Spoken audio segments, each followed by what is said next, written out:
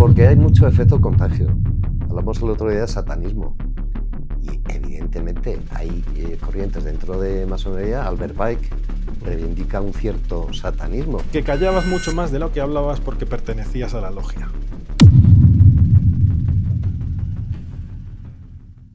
Efectivamente. Eso es muy bonito. Pero es muy curioso, bueno, es muy curioso. Hay casos más notorios, como por ejemplo, no sé si es la Knesset, el Parlamento israelí, que es financiado por Rothschild, y ahí sí que el despliegue simbólico es impresionante. Vamos. Sí, respecto a lo que nos comentaba también la gente, había... Es decir, cuando coincide simbología con autoría, pues ya estamos en un caso claro. Está claro. Evidentemente. Está claro.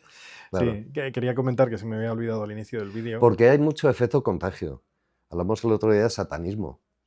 Y evidentemente hay corrientes dentro de masonería. Albert Pike reivindica un cierto satanismo. Se reivindica la figura del ángel caído como identificada con Prometeo, como el que da el fuego a los hombres, como el ángel que se revela ante la divinidad. Pero claro, luego el satanismo llega de una forma un tanto extraña pues al heavy metal. ¿Vamos a decir que el heavy metal es una construcción masónica? No. No necesariamente. Habría que investigarlo. Pero sí que se produce un efecto contagio. Por ejemplo, la introducción de pirámides, obeliscos en la arquitectura de la Ilustración. Estoy pensando en Francia, sobre todo, los arquitectos de la Ilustración, Boulez, Ledoux, Lequet, etc. Podrían tener en su inicio una vinculación simbólica muy clara con la masonería y con el proceso revolucionario, etcétera, etcétera. Pero luego la burguesía la adopta como un elemento decorativo. Aquí tenemos una buena consola Imperio. No he contado los anillos, igual hay 33. Hay consolas Imperio que tienen esfinges. Claro, sí, de hecho es un elemento muy recurrente en la decoración. ¿Por qué? Porque se produce una trivialización y la burguesía en eso es experta. Sí, correcto. En asimilar elementos prescindiendo de su contenido simbólico como meros objetos de consumo. Por eso en cementerios pues sí que hay pirámides, hay tal, hay cual, por operación de simple emulación burguesa. Bueno, tampoco por un puro sentido de moda. Pero tampoco lo blanqueemos mucho, porque sí que, además, últimamente, no sé, o sea, en cuanto te leas 3 documentos de las filtraciones de Epstein, la relación es lineal, evidente, clara y no deja ningún lugar a dudas. Claro, en ese caso sí. En ese caso es espectacular, claro, espectacular. Que no voy a sacarlo aquí porque es que, no tengo en este ningún tipo interés. De reflexiones hay que vincular la obra con el autor. Sí, no tengo ningún interés en suicidarme, que quede claro. No. ¿Vale? Eso que quede claro, porque cuando se habla de este tema nunca se sabe. Bien, vamos a seguir. Quería seguir la entrevista. Lo que te comentaba, lo primero que teníamos que haberlo hecho al principio.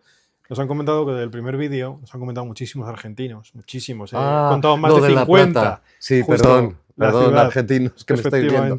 Ciudad de La Plata, no. Efectivamente, vale, es La Plata. Es La Plata, sí, evidentemente. Eso es.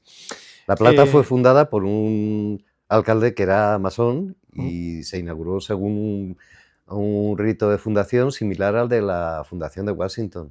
Es decir, el alcalde con mandil, se entierra la piedra fundacional, etcétera. Es decir, que cumplió con todos los requisitos y su trazado fue explícitamente siguiendo unas convenciones del urbanismo masón.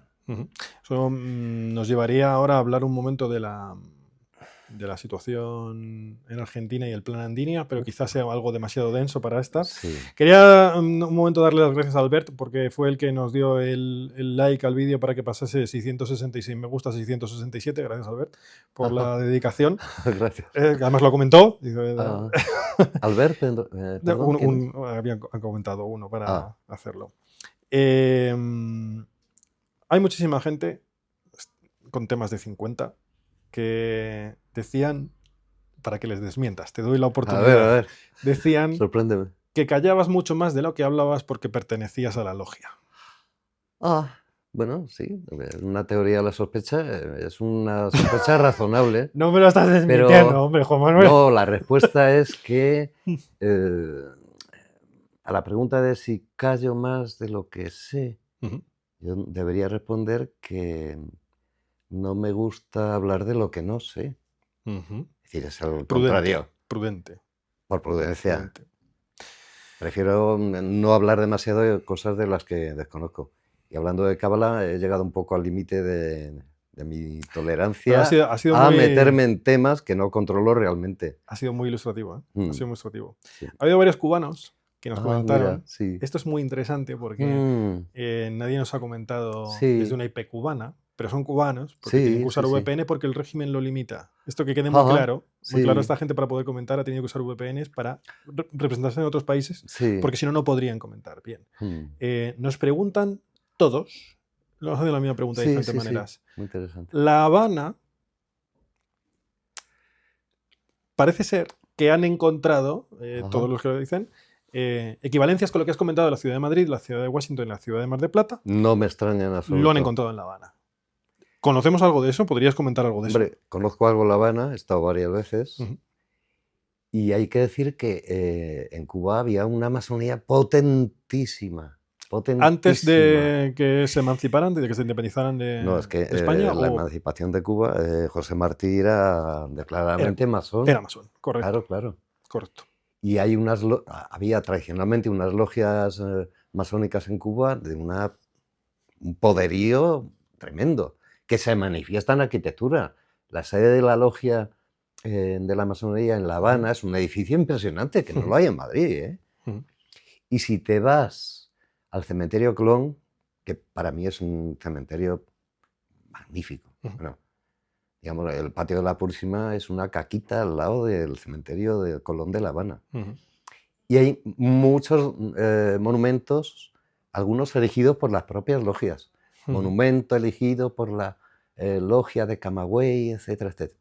Y luego muchos enterramientos de particulares que incluyen los símbolos masónicos como el compás, la escuadra, pero eso las cadenas, las manos entrelazadas, etcétera. Claro, hay una tradición masónica en Cuba. No sé cuál es la relación de la masonería hoy con el gobierno cubano. Bueno, probablemente ya el objetivo estaba cumplido y ya luego no era necesario que estuvieran. El objetivo era nuevamente debilitar a España porque, como todos sabemos, y esto ya sabéis que el podcast tiene la orientación que tiene, pues probablemente la masonería estuvo inicialmente diseñada, y estoy firmemente convencido de ello, para venir a menos al Imperio Español y que el mundo anglo pudiese recuperar el poder que tenía que recuperar. Era una de sus agendas, como comentábamos. Efectivamente. Y sigue siéndolo. Y sigue siéndolo, evidentemente. Por eso nunca entenderé los masones españoles, pero bueno, es curioso.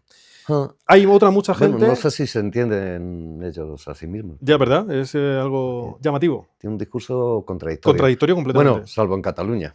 Evidentemente. Bueno, evidentemente. Ahí son más coherentes. Ahí son mucho más coherentes. Son mucho más coherentes. Eso es verdad. Hay mucha gente también que nos ha comentado. Esto es muy curioso. Yo he vivido en México durante una temporada. Hay muchos mexicanos que han comentado. Y luego es verdad que con todo lo que hablamos, porque yo era un ignorante hasta que llegaste de esto y me ilustraste, es verdad que haciendo memoria sobre aquel tiempo que pasé allí, me he dado cuenta de que efectivamente había mucha simbología masónica. Nos dicen que en el país hay mucha simbología masónica, no necesariamente en México Distrito Federal, sino en otras ciudades, como Heroica Puebla de Zaragoza u otros sitios. En Brasil hay una implantación fortísima. En Argentina, Brasil, evidentemente. Bueno, Argentina. Las logias tienen... No quería hablar de ello, pero... Logias con nombre puramente argentino, como la logia Lautaro. Sí. Argentina lleva décadas preparando el terreno, fertilizándolo para que llegue la masonería al poder y, bueno, en realidad la masonería no ha dejado de estar en el poder en ningún momento, pero ahora ya es evidente el aceleracionismo que hay a nivel mundial, global. Entonces hemos hablado del Parlamento iraní, tiene mucho que ver con todos los eventos que hay, incluyen evidentemente al Plan Andinia.